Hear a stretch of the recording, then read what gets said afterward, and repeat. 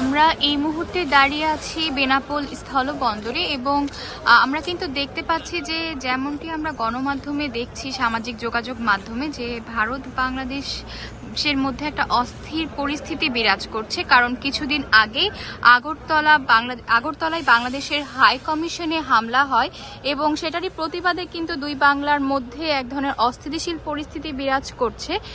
তবে আমরা দেখতে পাচ্ছি আজকে সূর্য ওঠার সাথে সাথে বেনাপোল বর্ডার দিয়ে কিন্তু যাত্রী চলাচল শুরু হয়েছে, যাত্রী পারাপার করছে। বাংলাদেশ থেকে কিন্তু ভারতে যাত্রীরা ঢুকছে নিরাপদভাবে এবং আমরা কিন্তু দেখতে পাচ্ছি যে ইন্ডিয়া থেকে যে সকল ট্রাক মালামাল নিয়ে বাংলাদেশে এসেছিল তারাও কিন্তু আবারও তাদের ইন্ডিয়াতে ফিরে যাচ্ছে।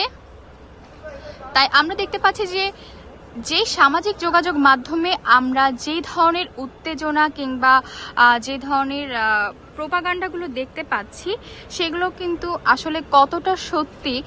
যাত্রী চলাচল কিন্তু একদমই স্বাভাবিক বেনাপোল বন্দর দিয়ে এবং সকাল থেকে এখনো পোর্ট খোলেনি। সকাল 6:30টার সময় পোর্ট খুললে পারে যাত্রী চলাচল শুরু হবে।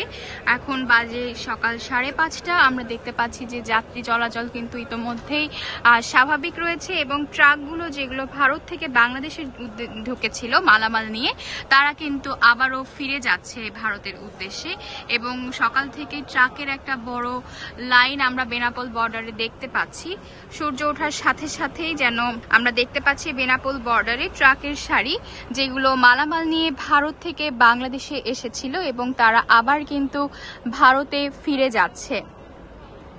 আমরা বেনাপোল বর্ডারের অবস্থা দেখছি একদমই স্বাভাবিক। আমরা সামাজিক যোগাযোগ মাধ্যমে যে ধরনের উত্তেজনা দেখেছি তা আসলে কতটা সত্যি।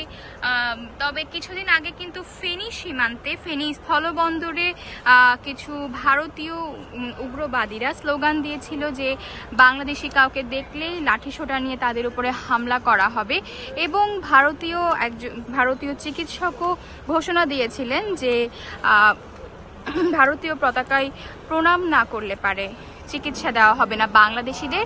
তবে সেই কথাটি কিন্তু আবার তিনি তুলেও নিয়েছেন এবং